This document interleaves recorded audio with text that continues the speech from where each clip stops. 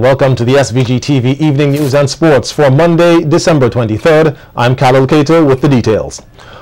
Local historian Curtis King is of the view that present-day leadership in the Caribbean has done what Nelson Mandela warned against, the sale of lands to foreigners for economic gains.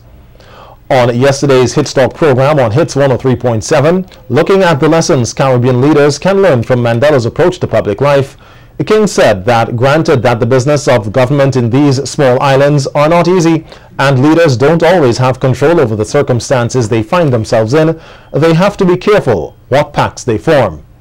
According to King, in small territories where land is tantamount to liberation, he is not impressed with the present and past leadership who sees the best approach for economic development being to give away the limited lands to foreign investors so they can build luxury hotels and other infrastructure. In return, they provide employment for locals. What work? Is it quality work, or are the workers solving what some of the so-called radicals of today used to be saying in the past? Hewers of wood and drawers of water. I mean, that is the fundamental problem. So, in my view, one of the greatest lessons that the Mandela story has, and which we in the Caribbean and leaders now must be mindful of, is the pact, the agreement we enter in when seeking to negotiate our development. Part of the problem that a lot of leaders face today is that they do not properly assess the conditions so they can work out a strategy as to the way forward. Generally speaking, our politicians remain political animals, and some people want to give the impression that somehow Mandela wasn't a political animal, but Mandela was equally or even more ruthless in his political ambition than some of people who we are looking at the other way. The other panelists on Sunday's program included Philbert John, Kirk De Silva, and Matthew Thomas. Members of the Kettles Police Youth Club this afternoon gave a special Christmas gift to an elderly resident, a refurbished dwelling home. The refurbished work includes new furniture and a backyard garden. Speaking at a handing over ceremony held at the Kettles Learning Resource Center, Sergeant James of the RSVG Police Force says he is happy to be working along with the youth in the area as he sees the need for a kinder, gentler society. The thing is that what we have youths occupied with in mind, we know we have less crime. It is testimony for me to see crime reduced in Budget Farm by 45% just by youth involvement in working in the public. So I jumped on board with PC Chambers when I came to Kettles. That's the reason why we have these things today, and we can hand over a refurbished house to Mr. Horn.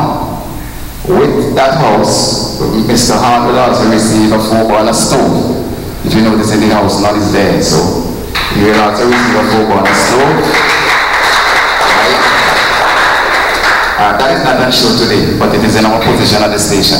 So he will get it as soon as probably today, tomorrow. I'm really pleased to say that the youth have been working tirelessly, and with that we have a drama group. Being a playwright, I write and direct play for the Police Drama Club. So within this youth club we have a drama group. The youth excited about it. Soon to be added will be a soccer team and also a netball team. So we are hoping to do this to reduce crime by at least 40% by this time next year. Homeowner Mr. Horn expressed gratitude to the Police Youth Club for its assistance, noting that he could not afford to do it himself. Well, not too bad, not because I really are sick, man. Let me see. So 6 days I homesick. So then, what presented to me I was most glad for it because I can purchase it for myself. So how long you been living in Kettles all of your life? No, really. I really belong to Kettles from Park Hill Village. I come in here in 1940. Yeah. How old are you? 88. What's your wish? At today's handing over ceremony, a number of food baskets were also given out to several needy persons in the community. The local UWI campus here and in St. Lucia are to get expansions and rehabilitation work done from a $13 million loan to the UWI from the Caribbean Development Bank. St. Lucia's open campus, the loan is guaranteed by the governments of St. Lucia and St. Vincent and the Grenadines. The CDB said along with the expansion of the open campus sites, the loan will also be used to improve the technological capacity for service delivery and for the design of a new demand-driven programs which will help to make training more relevant. The CDB also approved a $160,000 technical assistance grant to the UWI to assist with the financing of the development of an implementation framework for the single virtual university space project and improving maintenance at the open campuses in St. Lucia and St. Vincent.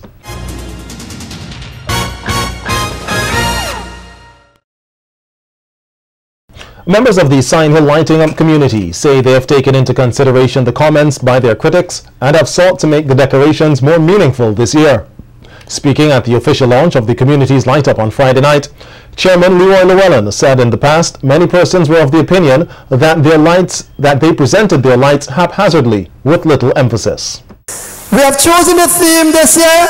We go in caroling, and what we have done, we selected traditional contemporary Christmas songs, Oh Holy Night, Away in a Manger, those sort of songs.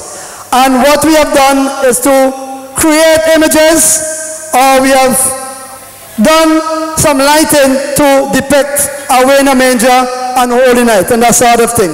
So what we have seen tonight is a lot of creativity coming out of the Sign Hill community.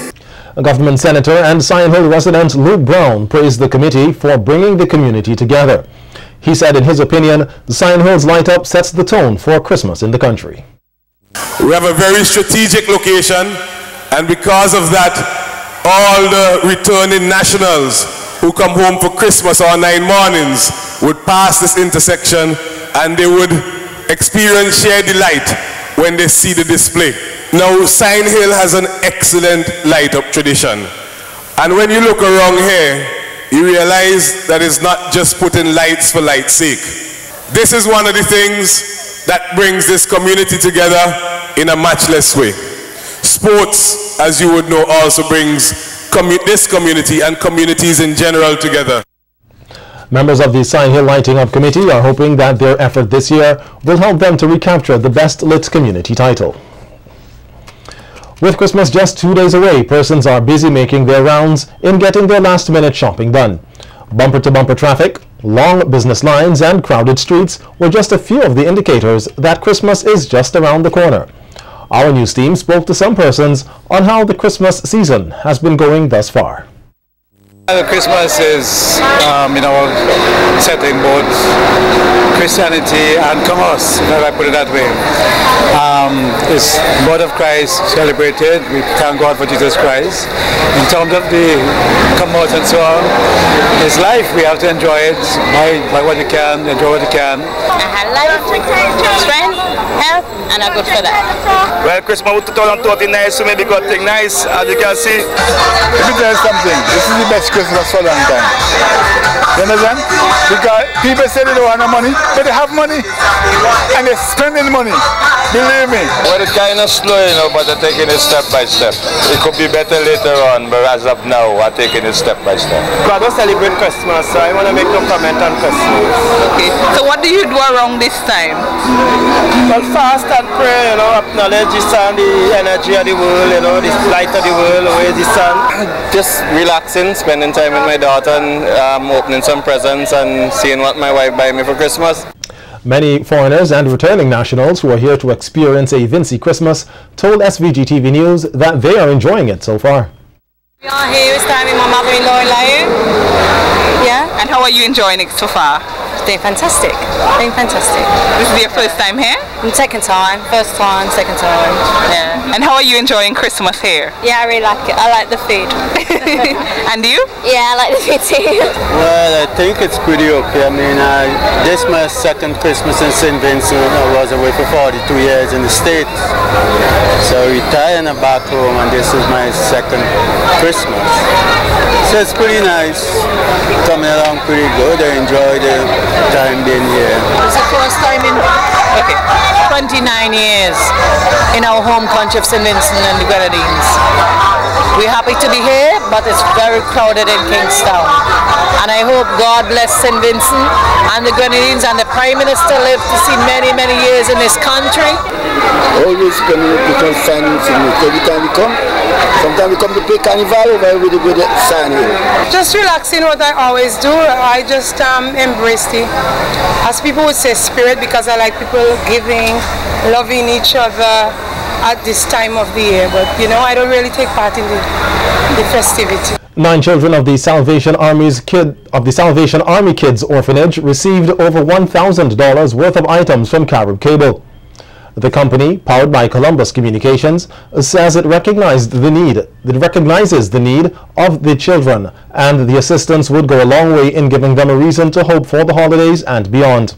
The company added that they are committed towards giving back to the communities. Among the items that the children received were educational toys, books, and food.